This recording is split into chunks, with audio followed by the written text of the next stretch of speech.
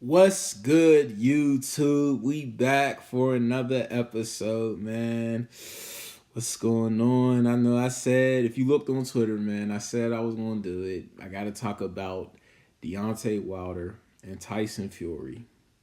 I got to explain to some of the numbnuts as to why Tyson Fury won the fight. The reason Tyson Fury won is because he outpunched Deontay, he stole rounds, and of course, I feel that he did everything right to a point where he couldn't lose that fight.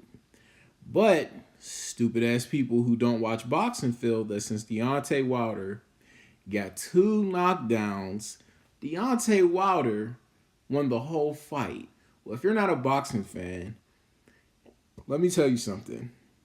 Knockdowns don't mean shit unless you knock somebody out. As far as I'm concerned, all Deontay did was win 2 rounds. I like Deontay Wilder. I was rooting for Deontay Wilder. I'm still rooting for Deontay Wilder in the rematch. But I'm going to say this for the last time, and I'm going to change the subject. Deontay Wilder lost that fight. Also, what I need to address. This is my personal opinion. I don't give a damn what nobody say. Cris Cyborg is the greatest female fighter, period. Not just in MMA, period. Any combat sport, Cris Cyborg. Put her up against the best female boxer, I'm going with Cris Cyborg.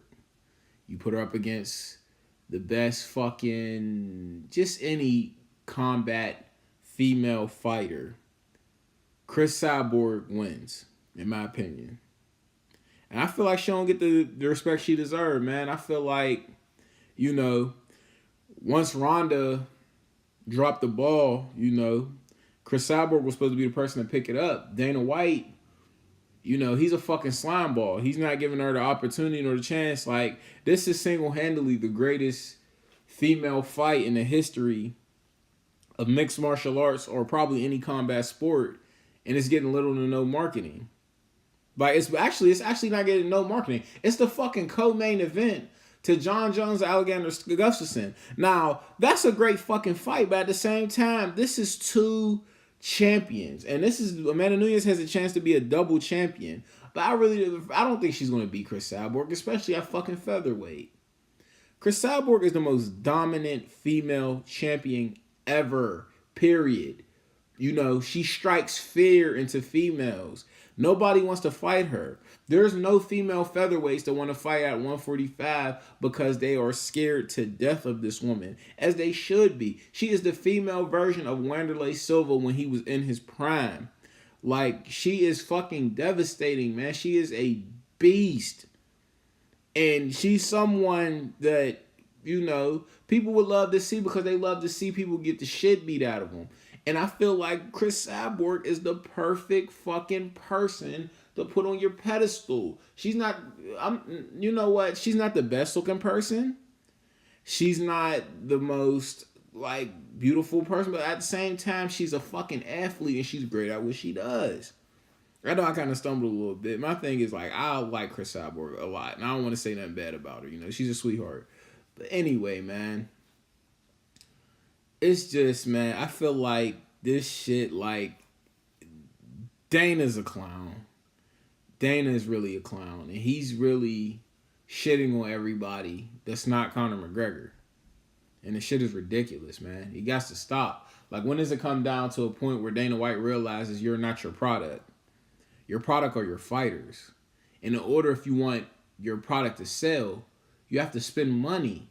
Which means you have to spend money on fighters and keep them fucking happy, as opposed to paying them the fucking minimum and letting everybody jump ship to Bellator. And it's only a matter of time before they do some bullshit to where they contractually bound fighters to where they can't go to Bellator, and they have to take that bullshit ass money he's paying them and they have to fucking deal with it. And it's kind of sickening, man, because I love the sport. And I always told myself I want to see MMA be bigger than boxing. This MMA right now is bigger than fucking boxing. But nobody's getting paid boxer money. Well, if your name isn't Conor fucking McGregor, hell, Khabib still didn't even get paid for when he beat Conor and he started the fucking riot. And I feel that's fucking bullshit. Khabib is the fucking champion. The champion. He's the undefeated lightweight champion of the fucking world, man. Like, let that man, that can easily be your poster boy. He can be another Conor. You don't just make one fucking Conor. You get a bunch of fucking Conors. Conor is not a trustworthy person. Conor will jump ship to another fucking sport, to another fucking organization. Hell, he's doing his own little thing with whiskey. He probably don't even want to fight. Well, because the whiskey's selling so fucking good. To me, it tastes like cat piss. I'm not bashing. I'm just saying. I'm not really much a drinker, but that shit is nasty. You know, you might get your own fucking personal opinion, but that shit is disgusting. Fuck proper 12. I don't give a fuck. Tell Conor I said it. The fuck? Anyway, man. Anyway, man. It's just, you know. I don't know, man. I hate the favoritism that Conor McGregor gets. I don't hate Conor McGregor, even though a lot of people like to think I hate Conor McGregor. I don't hate Conor McGregor.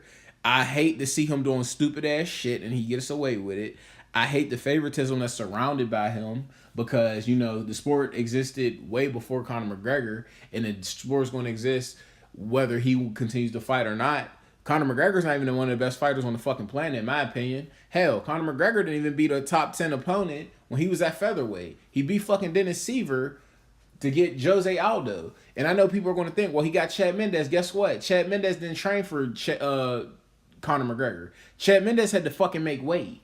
So with that being said, if Chad Mendes would have had a full-fledged camp, Chad Mendes would have mopped the fucking floor with Conor McGregor. Conor McGregor is the most overrated, and Conor McGregor is literally the worst male champion in the history of the UFC. This man got stripped of both his featherweight and lightweight championship because he didn't want to defend. He was perfectly fucking healthy, and he could have took on either fucking fighter, whether it have been fucking Max Holloway for the second time, Jose Aldo for the second time, or Tony Ferguson, who was the interim champion at that point in time. But my thing is, Conor McGregor, you don't run the UFC, or do you?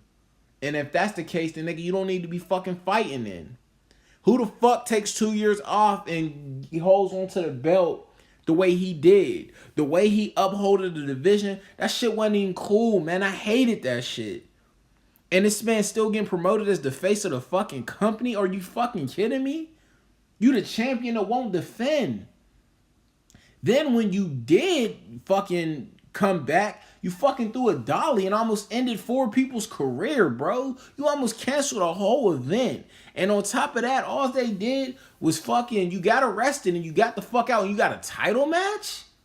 If that had been anybody else, they would have been banned from the UFC. Fucking Paul Daly got banned from sucker punching Josh Koscheck after the final bell. Husam Yaris fucking hold a leg lock in for too fucking long. But Conor McGregor almost ends 4 people's career and nothing happens. He gets a fucking title match? Come on, man. I can't respect that shit. And I won't respect that shit. So with that being said, I believe in fairness, man. Period. Like, if you gonna let Conor do some shit like that, Paul Daly should be allowed back in the UFC. Husam Poyar, stay your crazy ass away from the UFC, man. I don't want to see Husam back in, but Paul Daly deserves a second chance. Paul Daly's a great fighter. And I know him and Michael Page going to do a hell of a fight in Bellator. And I'm looking forward to that fight because, you know, they've been going at it for a long time. And I'm kind of amped up to see that. And this is Michael Page's first true test, man. But yeah. Also, Jose Aldo versus Cub Swanson 2. I'm kind of excited. I'm not really excited, you know. A couple years ago, I might have been pretty amped up, but I will say this. Cub Swanson did grow a lot as a fighter. I feel that Jose Aldo is not the same Jose Aldo that we're used to due to his loss to Conor, but I feel like he's growing. I see sparring videos of him and Mikey Garcia, and I feel like he's growing a lot as a boxer. And I feel like he might have a bright boxing future. You know, he's still a great fucking fighter, you know. I don't think we'll ever get WEC Jose back. you know, to just try to knock your fucking head off every time that bell ring. But that's okay though, because Jose Aldo is still one of the greatest fighters of all time. Cub Swanson, on the other hand, he's a great fighter. I mean, I see a lot of championship quality in Cub Swanson, but at the same time, the division is so fucking stacked, and I feel like he's one of those guys that really can't put it together.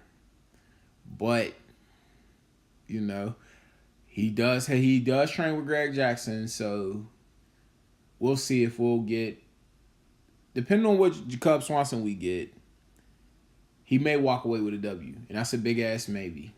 I want to see Cub win, but honestly, I'm going with Jose.